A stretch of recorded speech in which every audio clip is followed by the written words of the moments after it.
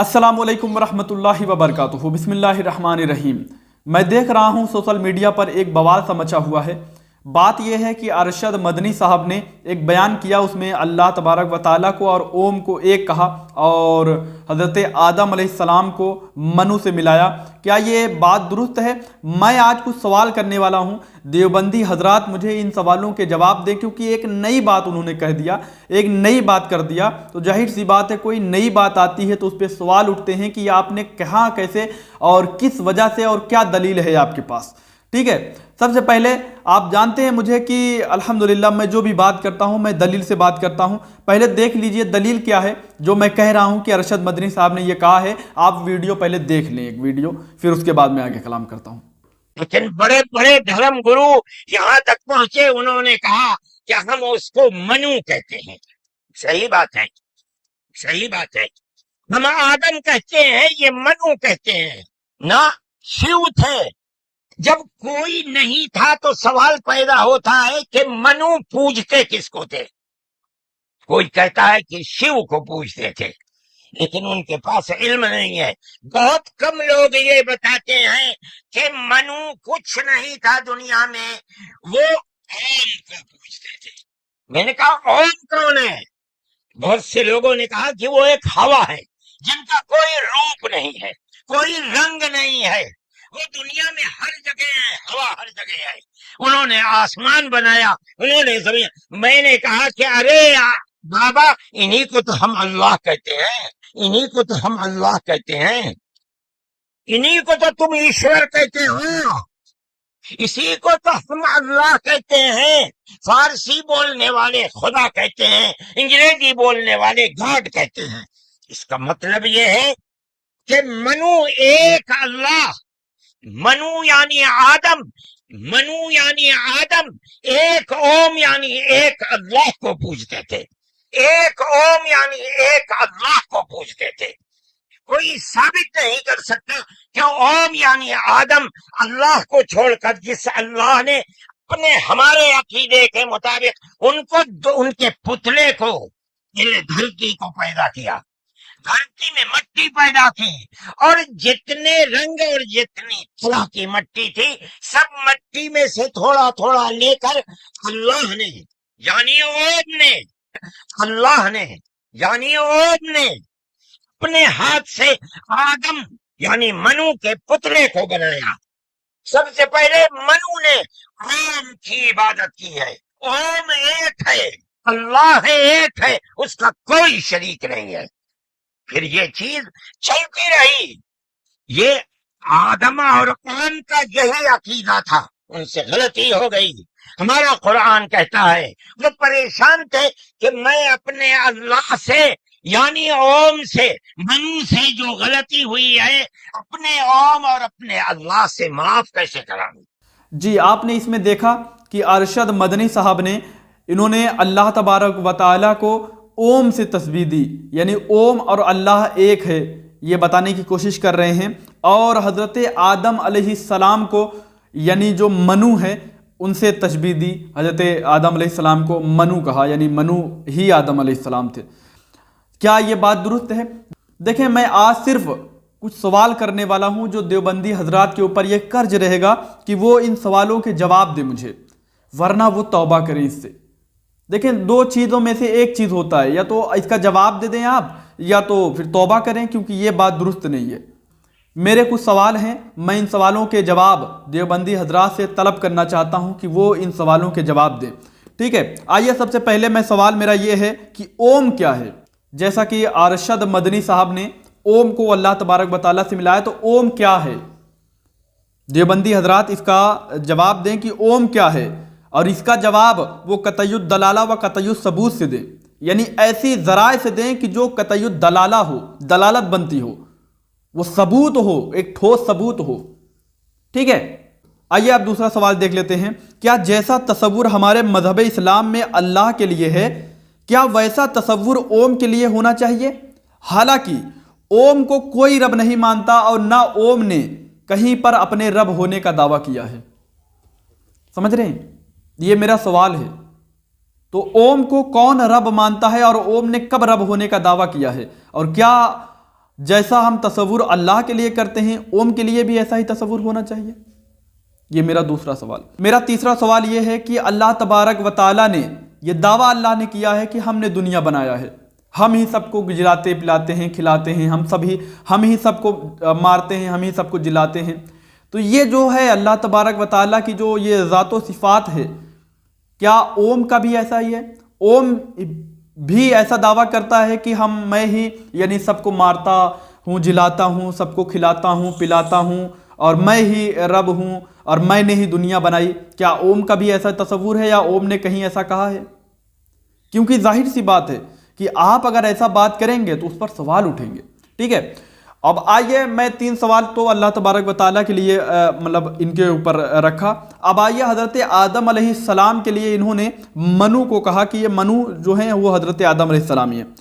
अब मेरा ये सवाल है, चौथा नंबर सवाल, कि हज़रत आदम अलैहिस्सलाम के लिए जैसा तसव्वुर हम रखते हैं कि जैसा अल्लाह तबारक व ताला ने उन्हें बनाया और फिर उन्हें जन्नत में डाला, फिर उनसे यानी ख़ताए इज्तिहादी हो गया, फिर अल्लाह तबारक व ताला ने उन्हें दुनिया में भेजा, और फिर हज़रत माँ हुआ और हज़रत आदम अलैहिस्सलाम बहुत दिन तक रोए और फिर जद्दा में उनकी मुलाकात हुई, जैसा यानी तसव्वुर हम हज़रत आदम अलैहिस्सलाम और हज़रत माँ हुआ सलामुल्लाह अलैहा के लिए हम समझते हैं, क्या मनु के लिए भी ऐसा ही तसव्वुर है?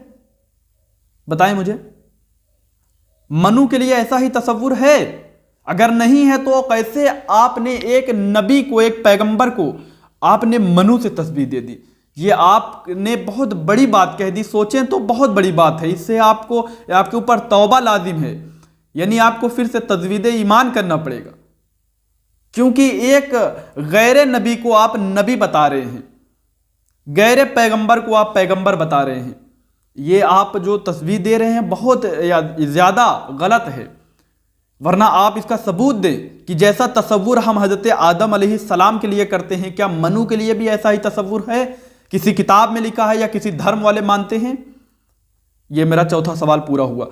5वां सवाल ये है कि हज़रत आदम अलैहिस्सलाम और हज़रत माँ हव्वा सलामुल्लाह अलैहा के लिए हमारे मज़हब इस्लाम में हम मुसलमान ये मानते हैं कि अल्लाह तबारक व ताला ने उनकी खल्क की, अल्लाह तबारक व ताला ने उन्हें पैदा किया, उन्हें बनाया, और ये दुनिया के पहले मर्द और औरत थे। तो क्या मनु के लिए और मनु की बीवी क्या नाम शतरूपा, मनु और शतरूपा के लिए भी ऐसा ही तसव्वुर है कि उन्हें अल्लाह ने बनाया, अल्लाह ने उनकी खल्क की, तख्लीक की?